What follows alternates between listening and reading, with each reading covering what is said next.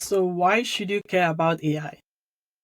We've spent the previous part of the module trying to describe AI, what it means, and the different algorithms and the foundational components of it. So the goal of this module is to show how AI is impacting our current life and work and what you can do about it. So the first thing I want you to know is that AI is here and it is growing fast.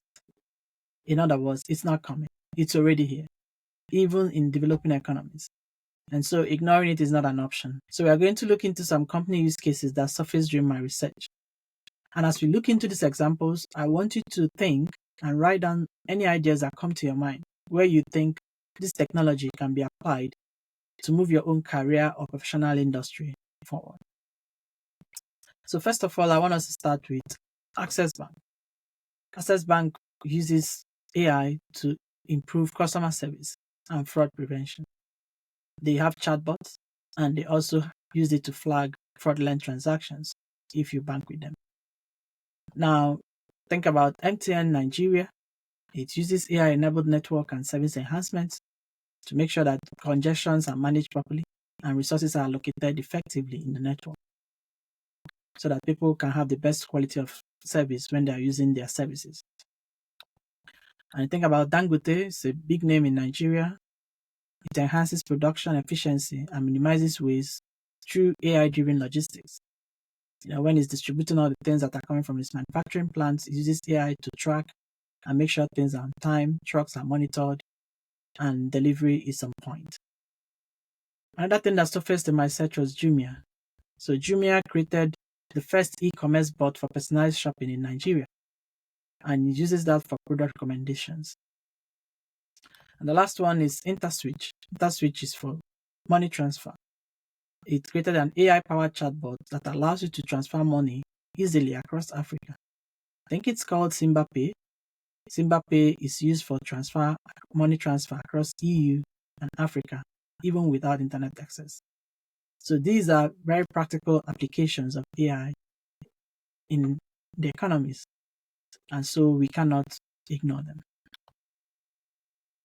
So another reason why you should care is that, AI is not going to take your job, but someone who uses AI will. And why is that the case? Because of automation. Now, if your job is very repetitive and is very routine, there's a risk of it being replaced with AI. Because remember what we talked about algorithms. Algorithms take step-by-step processes.